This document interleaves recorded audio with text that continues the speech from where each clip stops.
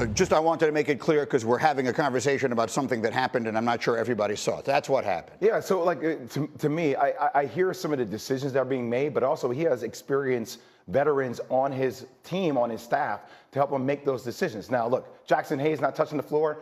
I can't answer to that, Woody. Mm-hmm. I don't know the answer to that, especially when Rudy Gobert goes to 27 and 24. But we can't just make JJ Redick the scapegoat. Like this team, at the end of the day, lack of athleticism on the perimeter, okay, and lack of size. Those are two things that we've been talking about all year long. And by the way, the Wolves just maul you like a bear in the woods. That's how their offense and defense is constructed. Okay, so now we've heard from the legends, we've heard from the player, now let's hear from the fan, and then we'll start diving into some of the specifics. D. Wood, how is Laker Nation feeling this morning? What's the single biggest concern? Well, I mean, listen, first of all, they put us out of our misery. Literally, I look at it, and Jay, you hit on a couple things. Number one, everyone knows we have no size on our team. Rudy Gobert was out there like Godzilla, just playing basketball, doing whatever he wanted to do in the middle of the paint. And then, you know, when you play small ball, that's exactly what you're supposed to do. Mm-hmm. You're supposed to punish a team for playing that type of ball, and that's exactly what the Minnesota Timberwolves did. We are not an athletic team. We lack athleticism on the perimeter. How many times, I mean, every game it seemed like their guys were just blowing by us time after time after time. I don't know how many times that I've, watched NBA coverage with the great Michael Wilbon or Kendrick Perkins, and those guys talk about how important defense is in the postseason. Yeah. After the trade towards the end of the regular season, I really thought that defensively, okay, that was the most encouraging thing that I saw about the Lakers team after the trade was how well they were playing defensively. Bro, we were getting smoked. We were getting cooked by the Minnesota Timberwolves because we couldn't stay in front of them, and they were getting wide open threes all the time.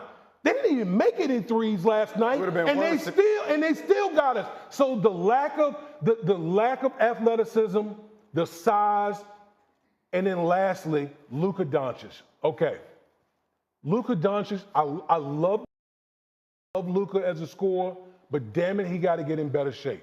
And I don't want to hear all these excuses about basically this is who Luka is.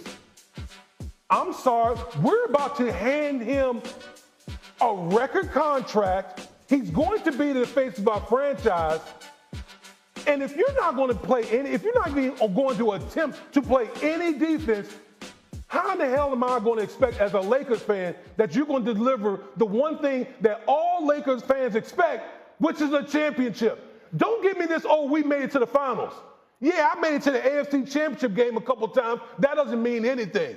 Until you bring us a chip, nothing matters to Lakers Nation. So, Luka, I can't even say it, get your behind in better shape. Yeah. If you're going to be the face of the franchise, get it together. I think these days you can say whatever you want.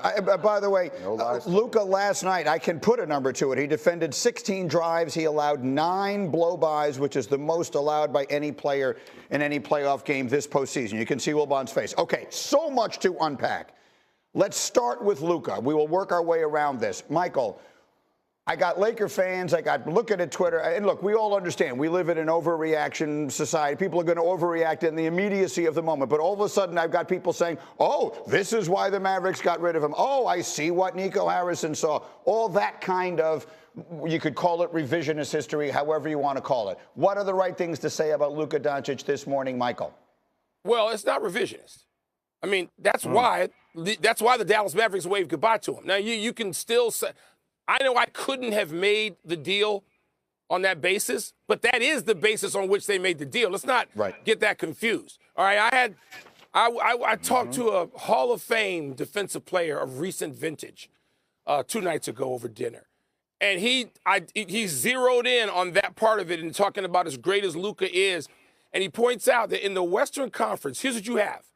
You have these young Houston Rockets, athletic, powerful, fast, long. They play like trapeze artists above the rim and on the floor too. You got that coming in San Antonio where you got a rookie of the year in the backcourt. You've got that coming in. So you've already got a team full of those guys in Oklahoma City. You have this everywhere you look for young teams on the come, and particularly in the Western Conference where Luka lives. What's going to happen? He's around a guy who's in the best shape of any 40-year-old, not just basketball player, but just about athlete we've ever seen. Is that going to rub off? What influence is just looking at LeBron going to have on Luka Doncic? Is he a great player? One way, yes. I will just say this real quickly. I vote for the awards, the league awards. One of the reasons in the past 5 years, I've never had Luka in my top 3 in MVP. As great as he is, I'm not voting for guys who play one way. Thank you. No, not happening.